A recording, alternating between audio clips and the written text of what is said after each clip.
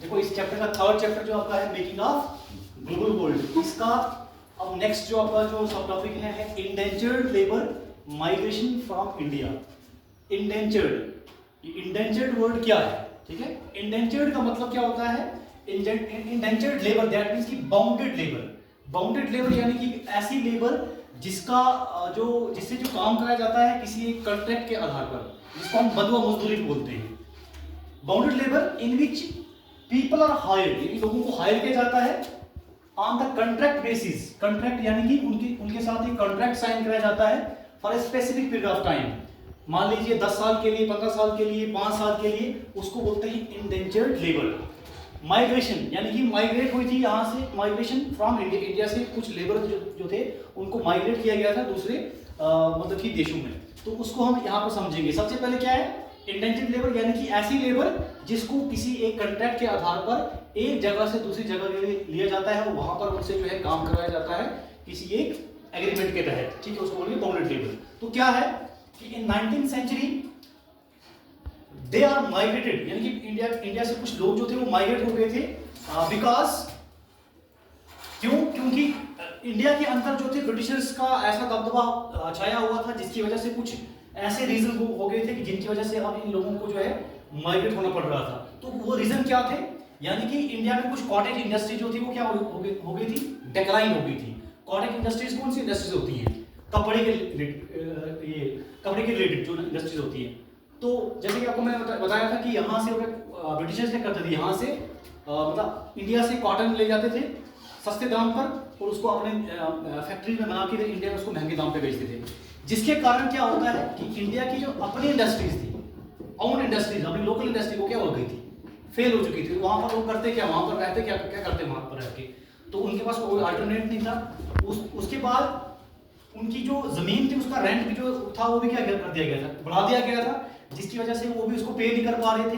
Land was cleared for the mines and the plantations, और उनकी जमीनों को खाली कराया गया था सिर्फ और सिर्फ किसके लिए, माइन वर्क के लिए और प्लांटेशन के लिए। मतलब कि जो फूड क्रॉप्स होती थी उसको उनको उगाने की इजाजत नहीं थी। तो सारे के सारे किसान जो थे उनकी हालत खराब होती जा रही थी और उनको फिर माइग्रेट होना पड़ रहा था। फेल टू पे देयर रेंट, जैसे कि आपको मैंने बताया, अपना रेंट देने जो सरकार उनसे rent in the form of tax जो उनसे लेती थी वो देने में क्या थे, असमर्थ थे, जिसकी वजह से उनको फिर माइग्रेट होना पड़ा।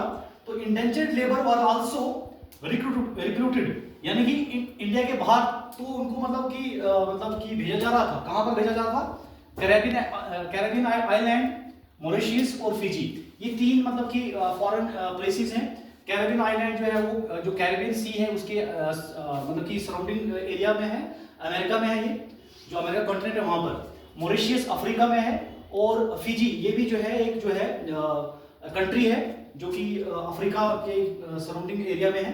तो यहाँ पर इन सब लोगों को वहां पर भेजा जा रहा था, ठीक है, बाहर। तो अब यहाँ हम देखेंगे कि इनका अगर हम देखें तो इंडेंचर्ड लेबर इंडिया में भी कहीं ना कहीं थी, और कहां पर थी, ये थी आसाम में। यहां पर भी इन लोगों से जबरदस्ती काम कराया जा रहा था। Indentured labour were also recruited India, Assam में in the tea plantation field, यानी कि चाय की खेती जहां पर होती थी वहां पर भी इनसे जो है जबरदस्ती इस तरीके से काम कराया जा रहा था। They have to work in, और उनको काम बहुत ही हॉरिबल कंडीशन में काम करना पड़ता था। हॉरिबल कंडीशन यानी कि एक्सट्रीम कोल्ड हो या फिर बहुत ज्यादा गर्मी हो या फिर बारिश हो, तो इन सब चीजों में इन सब मतलब डिफरेंट हार्श कंडीशन में इनको काम करना पड़ता था, और इनके पास किसी तरह का कोई लीगल राइट भी नहीं था। तो इसको हम बोलेंगे इंडेंचर्ड लेबर। इंडेंचर्ड लेबर यानी कि जिससे जो है जबरदस्ती काम कराया जाता है और किसी कॉन्ट्रैक्ट के आधार पर काम कराया जाता है। और इंडिया से जो है ये लोग माइग्रेट क्यों हो गए थे, क्योंकि बहुत सारे जो है ब्रिटिशर्स ने ऐसी पॉलिसी बनाई थी जिसके कारण कि इनके अंदर की जो इंडिया के अंदर जो लोकल फैक्ट्रीज थी या लोकल जो यहाँ पर एग्रीकल्चर था वो सारा का सारा क्या हो गया था, डिक्लाइन हो गया था, और उनके पास अपना रोजगार कमाने का कोई उनके पास ऑप्शन नहीं रहा था अल्टरनेट, जिसकी वजह से फिर उनको जो मजबूरन जो है माइग्रेट होना पड़ रहा था। तो उसकी हिसाब से हमने इसमें देखा कि इंडिया में भी जो है कि इसकी रिक्रूटमेंट हो रही थी। रिक्रूटमेंट यानी कि उनको भर्ती किया जा रहा था आसाम की टी प्लांटेशन में, ठीक, यहां तक सबको समझ आ गया। अब ये देखो, ये वाला तो हमने पढ़ लिया, इसको इंडेंचर्ड लेबर। इसके साथ आपके बुक में एक और जो है सब टॉपिक है Indian entrepreneurs. Indian entrepreneurs abroad. Entrepreneurs का मतलब क्या होता है? एंटरप्रेन्योर्स का मतलब होता है, अगर हम इसको सिंपल लैंग्वेज में समझे तो कॉन्ट्रैक्टर्स, या जिसको हम और कॉमन शब्दों में समझे तो जिसको हम बोलते हैं ठेकेदार, जिसके पास बहुत बड़ा बिजनेस मतलब कि सेटअप होता है। तो इंडिया के अंदर ये जो एंटरप्रेन्योर्स थे, देखो वर्ड में यहाँ पर लिखा है अब्रॉड, यानी कि इंडिया के जो एंटरप्रेन्योर्स थे उनका रिलेशन अब्रॉड की तरफ। अब्रॉड का मतलब क्या? फॉरेन देशों की तरफ। क्या मतलब इंडिया के जो एंटरप्रेन्योर्स थे उन्होंने जो है ट्रेड को कैसे जो है बढ़ाया, ठीक है। तो क्या हम देखें तो इन 19th सेंचुरी दो फेमस ग्रुप थे जो इंडिया की ट्रेड को आगे बढ़ा रहे थे। यानी कि इंडिया का जो लोकल प्रोडक्ट्स बनते थे ना, व्हीट हो गया, राइस हो गया या कॉटन हो गया, उसको फॉरेन देशों में पहुंचाने के लिए ये लोग क्या करते थे? जो ग्रुप्स थे, दो फेमस ग्रुप थे, ये हेल्प करते थे। और ये दो जो फेमस ग्रुप थे, group of the bankers and traders, ये हेल्प कैसे करते थे उनको? जैसे फार्मर है, कोई किसान है, जैसे कोई किसी किसान ने मान लीजिए उसने व्हीट उगाया या राइस उगाया, वो चाहता है उसको बाहर कंट्री में बेचना, अपने प्रोडक्ट को बेचना, लेकिन उसके पास पैसा नहीं है, अपनी चीजों को वो मार्केट में कैसे पहुंचाएगा, है ना? तो उसको पहुंचाने के लिए उसके लिए उनको किसकी जरूरत पड़ती थी? बीच में जो मीडिएटर्स होते हैं, यानी कि उनको जो फाइनेंस करे, पैसा दे दे। तो ऐसे दो ग्रुप्स थे, ठीक है, famous group of bankers and traders. उन ग्रुप्स का नाम क्या था? शिकारीपुरी श्रॉफ एंड नट्टुकोटाई चेतियार्स, ये ग्रुप्स के नाम हैं।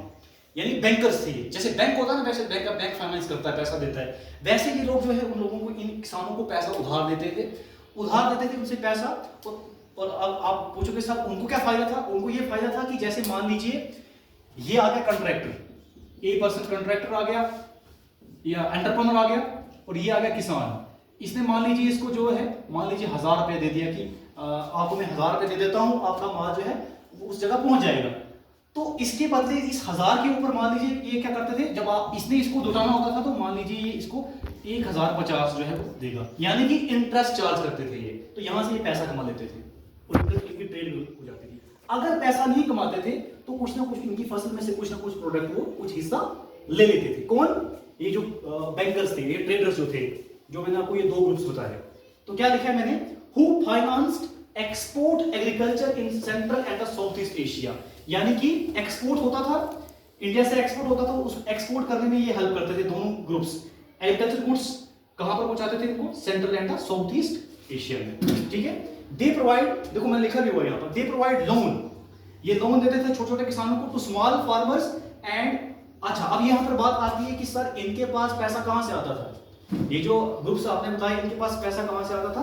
तो दे गॉट मनी, या जो पैसा आता था from the European banks, Europe के बड़े-बड़े बैंक्स थे, वहां से ये पैसा लेते थे, ठीक है, वहां से ये पैसा लेते थे। और उस पैसे से फिर ये मतलब कि ये जो लोकल किसान थे इनसे जो है पैसा कमाते थे ये इंटरेस्ट चार्ज करके। तो ये तभी मैंने यहाँ लिखा हुआ कि इंडियन एंटरप्रेन्योर्स अब्रॉड, समझ रहे हैं? ये टाइटल क्या बता रहा है यहाँ पर? Indian entrepreneurs abroad. तो ये ग्रुप्स थे जिनको बैंकर्स भी कहा जाता है और ट्रेडर्स भी कहा जाता है, ठीक है। ये आ गया indentured labour migration from India एक, उसके बाद इंडियन एंटरप्रेन्योर्स अब्रॉड। उसके बाद एक छोटा सा टॉपिक है, इसी के साथ में हम देखें तो टॉपिक नहीं है, ये है इसी में इंडियन एंटरप्रेन्योर्स अब्रॉड में एक ये वाला ग्रुप आ गया, एक ये वाला दूसरा ग्रुप आ गया। इसका नाम है हैदराबादी सिंधी। जैसे ये वाला ग्रुप आपको मैंने बताया, वैसे ये वाला ग्रुप, इसका नाम है Hyderabadi Sindhi. Indian traders and money lenders, ये भी लोगों को पैसा उधार देते थे, ठीक है। अब ये क्या करते थे? They follow the European countries for the trade. जैसे यूरोपियन कंट्रीज जिस पैटर्न से ट्रेड करती थी, वैसे ही इन यूरोपियन कंट्रीज को ये फॉलो करते थे। ये अंग्रेज जो लोग हैं, ब्रिटिशर जो हैं, या बाकी जो फॉरेन कंट्रीज है, वह उनका ट्रेड करने का पैटर्न कैसा है, वो कैसे ट्रेड करते हैं, तो ये भी इन लोगों को फॉलो करते थे और इस हिसाब से ये भी ट्रेड करते थे।